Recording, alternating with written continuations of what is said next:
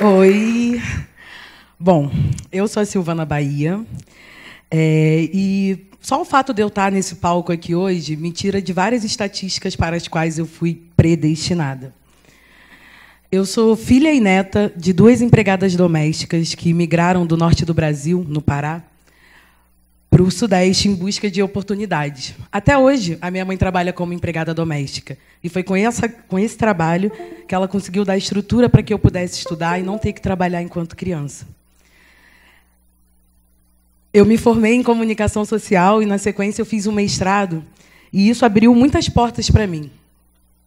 Essa história é muito comum a pessoas da minha geração que parecem comigo. E eu acho que muito de eu ter conseguido estudar, me formar, me expressar e fazer escolhas que me trazem até aqui hoje tem a ver com o fato de eu ter nascido na era das tecnologias digitais. E um exemplo de como a internet me ajudou foi que teve um tempo que eu estava trabalhando num projeto de um filme com meu amigo Bruno F. Duarte. A gente estava construindo uma estratégia de comunicação e mobilização para um filme que era o Cabela, que é um filme dirigido pela cineasta Yasmin Tainá. E ela reuniu mais de 60 pessoas, a maioria mulheres e negras, para poder contar uma história. E era um filme que não tinha muitas estruturas por trás, mas um filme que teve muita relevância. O Cabela acabou circulando muito o mundo inteiro e a gente foi selecionado para o Festival Internacional de Roterdã e fomos eleitos o melhor filme da diáspora africana também no ano passado.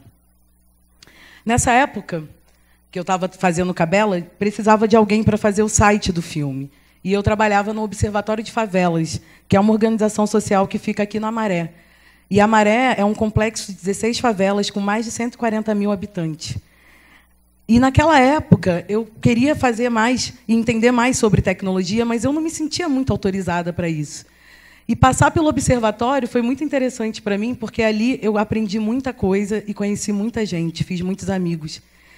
E também foi importante para eu me entender enquanto mulher negra e qual o lugar que eu ocupo nessa sociedade. Eu tinha uma curiosidade muito grande de querer fazer alguma coisa para mudar e transformar o mundo. E eu via no meu trabalho de comunicação uma ferramenta poderosa para isso, simplesmente porque eu também poderia me comunicar com mais pessoas. E aí você imagina a revolução que a internet pode fazer na vida de pessoas como eu, né? Eu achava que mestrado, por exemplo, era uma coisa que não era para mim. E eu talvez não tivesse tão enganada, porque em 2015, menos de 30% das pessoas com pós-graduação no Brasil eram negras. Tudo bem, tá certo, muita coisa mudou de lá para cá, né? E graças a políticas com ações afirmativas, mas as opressões e as desigualdades continuam. E é preciso que a gente tenha um olhar bem atento para as opressões que as mulheres negras vivem, já que nós somos a base da pirâmide social desse país. E aí, um dado que eu acho interessante de trazer é que mulheres brancas têm 2,3 mais título do que mulheres negras. E isso é uma questão no mundo inteiro. Mas, nessa época que eu estava querendo fazer mestrado e ocupar lugares diferentes, eu propus ao OLAB para fazer uma formação para a gente que fosse focada em tecnologia. E aí o OLAB topou e a gente fez uma rodada hacker especial para mulheres negras. E ali, pela primeira vez, eu me senti como uma pessoa não excluída da tecnologia, mas me senti capaz de ser uma pessoa que pudesse pensar os rumos que toda essa novidade e os impactos que elas trazem para a nossa vida pode realmente mudar alguma coisa. Ainda trabalhando no observatório, eu participei de 2 pesquisas muito interessantes que dão conta de mostrar um pouco como o comportamento das camadas mais populares muda quando a internet começa a se popularizar. Essas pesquisas são o Direito à Comunicação e Justiça Racial e o MIDI Favela.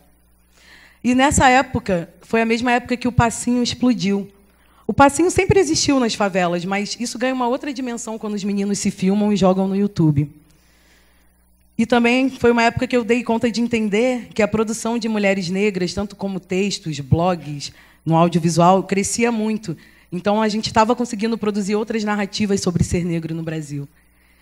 Só que tinha uma outra coisa que me incomodava, que era entender um pouco quem era que estava por trás das tecnologias, quem é que produz essas tecnologias. Eu pensava, ok, já temos uma boa camada de conteúdo, a gente produz conteúdo para essas plataformas, mas quem produz as plataformas?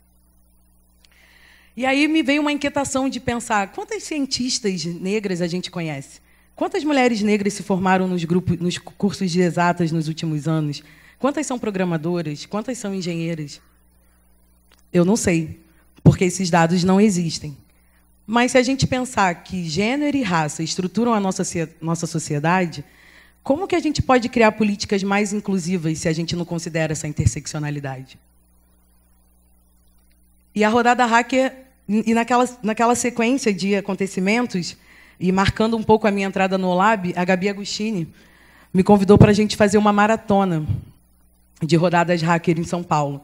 E a gente fez de Pinheiros a Parelheiros, querendo estimular que mais mulheres tivessem acesso a essa discussão. E foi muito legal, porque a gente pôde fazer uma inversão e estimular que o Capão pudesse ensinar para Pinheiros, e estimular outras formas de fazer. Porque, quando a gente se juntou, a gente viu que tinha muita potência esse diálogo entre periferias, entre espaços diferentes, entre pessoas diferentes. E aí eu cheguei no OLAB. Isso realmente marcou a minha entrada no OLAB. E o OLAB é um lugar de aprendizado de tecnologia e que quer trazer mais diversidade para a tecnologia, né? A gente pensa muito quem é que está por trás disso. E essa ideia de trazer uma intersecção entre pessoas e tecnologia, que é fundamental para pensar uma educação no século XXI. E aí cabe dizer também que, para a gente, tecnologia vai muito além de software, de hardware. Na verdade, tecnologia também é crochê, é bordado. E isso fez com que... E essa ideia do makerspace também são ideias de que a gente pode se aproximar dessas máquinas de fabricação digital, né? E todo mundo que pensa normalmente em makerspace acha que é um lugar muito ligado a máquinas e tal, alguma coisa ligada assim na linha do professor Pardal. Mas, na verdade, a grande competência desses espaços são as pessoas. É pensar as pessoas como potenciais solucionadoras de problemas. E aí, nessa caminhada, eu comecei a ver várias pessoas que começavam a dar vidas para as ideias, e eu pensava, por que só tem pessoas muito parecidas e diferentes de mim nesses espaços? E foi bom, porque eu pude aproximar um pouco da tecnologia da minha vida e entender que o crochê que a minha avó fazia também era uma forma de tecnologia. Só que eu não era autorizada a dizer que aquilo era tecnologia. E também, uma outra oportunidade que me trouxe fazer, e uma outra coisa que foi importante para mim estar dentro do Lab, foi poder trazer outras mulheres parecidas comigo para essa discussão. Outras mulheres que pudessem experimentar o que é fazer tecnologia, e a partir muito dessa ideia da cultura maker, do faça você mesmo. Porque a cultura maker, mais do que tudo, eu acho que ela tem uma competência especial, que é nos ensinar a aprender. Porque o futuro ele é muito incerto, e as mudanças é a única certeza que a gente tem. Então, aprender é fundamental. E, nesse rolê, a gente agregou muita gente, foi conhecendo muita gente que estava querendo entender mais sobre isso. E aí, no primeiro ano dessa experiência, eu viajei para a Colômbia com vários ativistas de 10 países, e foi muito duro perceber que eu era uma das únicas mulheres negras nesses espaços, né?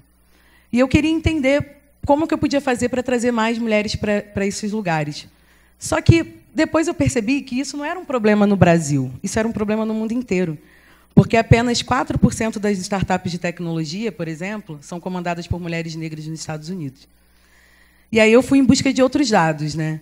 20% das profissionais são mulheres nas áreas de tecnologia, menos de 16% são as que ingressam nos cursos de computação, e 41% delas desistem da área de tecnologia, contrapondo os 17% dos homens.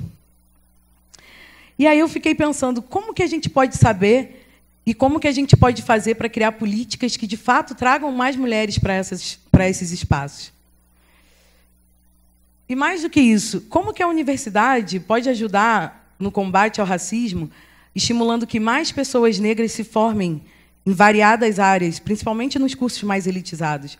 Como que a universidade pode ajudar a gente a combater o racismo e o machismo, trazendo mulheres negras para também participarem dessas discussões do futuro?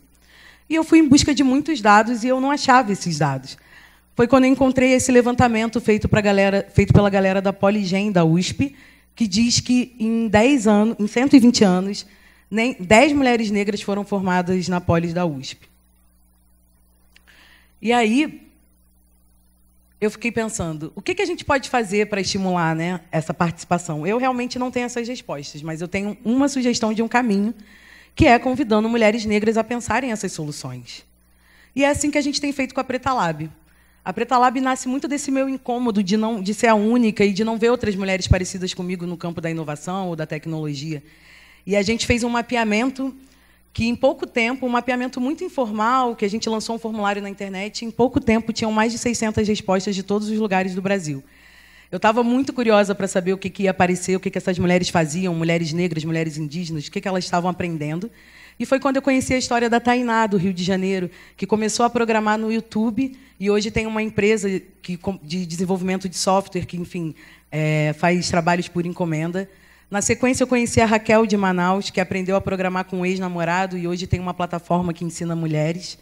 E a Cassi, de Salvador, que nunca foi para a universidade aprender sobre tecnologia, mas que aprendeu esses conteúdos de forma autodidata e hoje ensina para crianças e idosos.